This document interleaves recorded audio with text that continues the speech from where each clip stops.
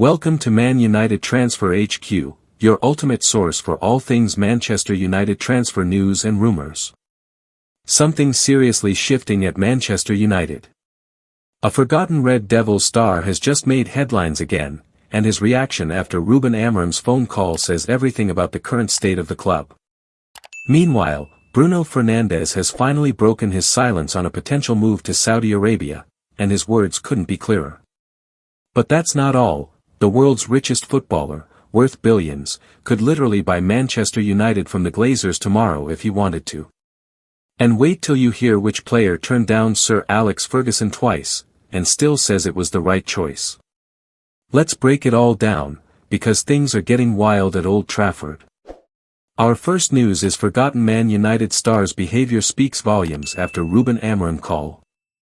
Tyrell Malaysia was part of the bomb squad this summer but has since been reintegrated into Manchester United's first-team setup, and his recent behaviour speaks volumes. Tyrell Malaysia's recent actions have spoken volumes after being welcomed back into Manchester United's first-team fold following in from being part of the bomb squad this summer. The Dutch defender was among 5 players, including Jadon Sancho, Marcus Rashford, Alejandro Garnacho, and Antony, who were told they could leave United this summer. The latter 4 all found new homes, but Malaysia wasn't so lucky. Despite a lack of interest in him and a failed deadline day move to Elche, the 26-year-old was surprisingly included in United's registered squad for the current Premier League season. Ruben Amorim shed some light on this decision earlier in the season. He is returning with contact with the ball with the under-21s, then we will see. After training with the academy, Malaysia has now been brought back into the first-team group, potentially setting the stage for his return to a Premier League matchday squad. Club insiders have emphasized that it was always the plan to bring Malaysia back into the first-team fold. The Dutch fullback has been keeping his followers updated on Instagram by posting videos of himself working out, putting in extra hours in the gym and on the training pitch during the international break. Even though he hasn't been getting regular playing time, he's kept up his fitness levels and is hoping to make a comeback in the United squad. However, according to Fabrizio Romano, United are planning to bid farewell to the defender when his contract expires this summer. Stay tuned for all the latest Man United transfer news, match updates, and breaking stories. Our second news is, I turned down Sir Alex Ferguson's Man United twice, it was the right decision. Former Premier League striker Matt Jansen recalls why he turned down Manchester United at the height of their Premier League dominance. Former Premier League striker Matt Jansen has no regrets about turning down Manchester United on 2 separate occasions. Jansen was amongst English football's brightest prospects in the early 2000s and looked destined for the 2002 World Cup before Sven-Göran Eriksson made a late decision to take an additional defender, Martin Keown, instead. Later that summer, he sustained life-threatening injuries in a scooter accident while holidaying in Rome. Although he made a comeback to the game, Jansen was never quite the same player. He eventually dropped down the levels before transitioning into coaching, managing non-league Chorley before joining Stockport County, where he is now assistant first-team coach. During his playing days, Jansen turned down 2 chances to join Sir Alex Ferguson's dominant side. The first opportunity arose while he was at hometown club Carlisle, then under the ownership of Michael Knighton, the businessman who almost bought the Red Devils in the late 1980s. Jansen remembered being touted around, alongside fellow prospect Rory Delap by Knighton and spent a week training with the Old Trafford club. He was then presented with a straightforward choice between United and Crystal Palace, opting for the Eagles as it guaranteed more first-team opportunities. My father gave Michael Knighton an ultimatum, give me a new contract or sell me, he said in association with Palantir Financial Planning. I'd just broken into the first team at Carlisle. I was loving the adulation and buzz from playing first-team football. I thought I'd have a better chance of continuing that at Palace, so opted for them over United. However, as Jansen's star rose in South London, Palace found themselves in dire straits both on and off the pitch. He was told he was crucial to the Eagles' survival when larger clubs, including United, showed interest. Jansen was advised that choosing Blackburn would be financially beneficial for the struggling club. He recalled, I loved playing in the Premier League for them but unfortunately we went down. The club then got sold. It was a whirlwind of an experience. Terry Venables came in, as manager. Mark Goldberg bought the club off Ron Nodes. But the money dried up and I became an asset they needed to cash in on. I came in one morning and, manager, Steve Coppell said to me, "You're not playing today, we've accepted a £5 million bid from Juventus." I was like, wow. I was buzzing with that. The next minute it was Chelsea, Newcastle, Arsenal and again Manchester United, all £5 million bids. I had a choice to make. At the 11th hour, Blackburn came in. Jack Walker, Blackburn's owner, said he would pay £4.1 million but he was going to pay it all up front. Palace told me it would have saved the club. Our third news is world's richest footballer is worth billions and could buy Man United from Glazers with ease. Only few individuals are able to fork out the mammoth fee it'll take to buy Manchester United, with only one footballer able to stump up the multi-billion pound figure. An ex-Chelsea player dubbed the world's richest footballer, is one of a minimal few who possess the financial capabilities to buy Manchester United from the Glazers. Fake Bolkiah, who is the nephew of the Sultan of Brunei, has forged a career in football despite his unfathomable net worth of around £15 billion.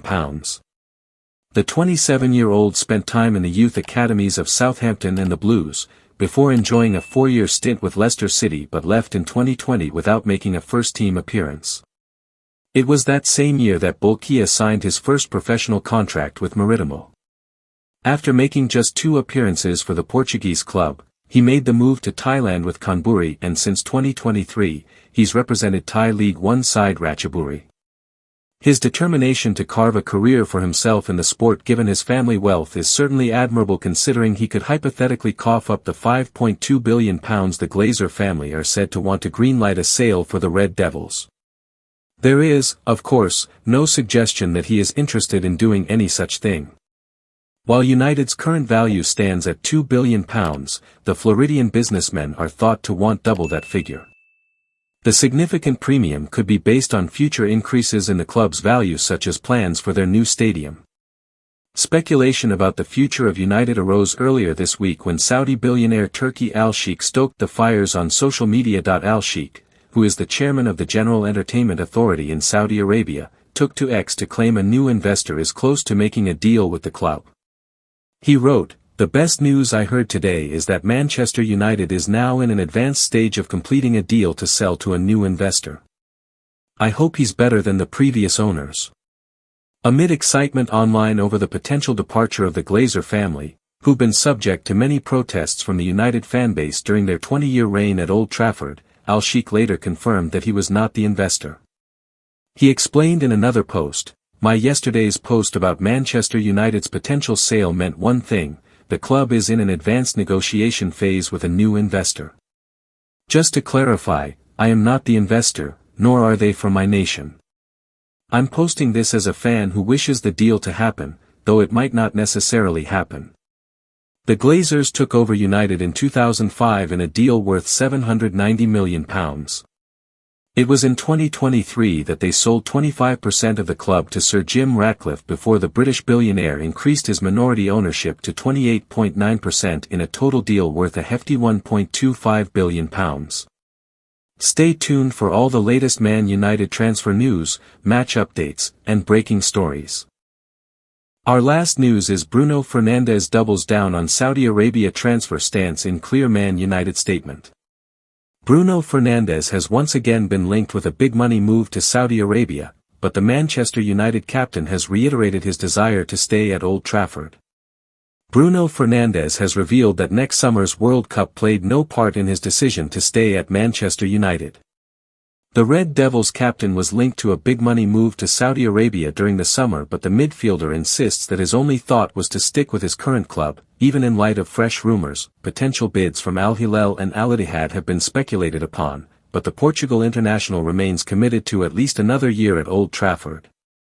Fernandes, 31, has 2 seasons left on his contract, with an option to extend for a further 12 months, and he remains a key player for Ruben Amorim. In June, Fernandes revealed that the president of Al Hilal called him over a deal. The Saudi side were said to be willing to cough up a £300 million package, £100 million for United and a £200 million contract for the playmaker. The former Sporting star has endured a mixed season thus far after 2 penalty misses, but was a rare plus in a dismal 2024-25 season at Old Trafford. Fernandes still has 2 goals to his name this term, however. And ahead of Portugal's World Cup qualifier against the Republic of Ireland, the midfielder addressed the speculation surrounding his future. Fernandes gave a simple answer on his decision to stay with United. "I didn't close the door on moving to Saudi Arabia because of the World Cup," he stated. "That was never in my mind. I wanted to stay at Manchester United, and the club wanted me to stay. That's all there is to it." Fernandes refused to engage in conversation over the possibility of departing next summer. "Nothing appears imminent for the moment. That's an impossible scenario to imagine, because it's nothing that's been discussed with me," he said. "When it was discussed with me, I spoke openly with you at a press conference before a Nations League match. I like to enjoy the moment, and the most important thing for me now is representing the national team, because it's a source of enormous pride to be able to play tomorrow, Saturday, and I still don't know if I'll play, let alone if I'll leave Manchester United in a year. I'm happy where I am, otherwise, I wouldn't have stayed, but it's something that doesn't affect me." Fernandes will hope to start Portugal's World Cup qualifying clash against the Republic of Ireland on Saturday evening. The Nations League champions hold a perfect record so far in Group F after wins over Armenia and Hungary to open their campaign to reach North America next summer. That we have to take it game by game, even though we know we want to reach the World Cup as quickly as possible, the 31-year-old told Channel 11 via O Jogo. "Our main goal is to win every game, and we're focused on that. Knowing that the dream of the World Cup is always present. Since I was little, I've dreamed of winning the World Cup, and it's not just my dream, it's the dream of all Portuguese people. First, we'll do everything we can to be there, and then we'll do everything we can to make that dream come true." Thanks for watching. If you enjoyed the video, make sure to hit that like button, subscribe to Man Utd Transfer HQ, and turn on notifications so you're always in the loop with the latest transfer news and rumors.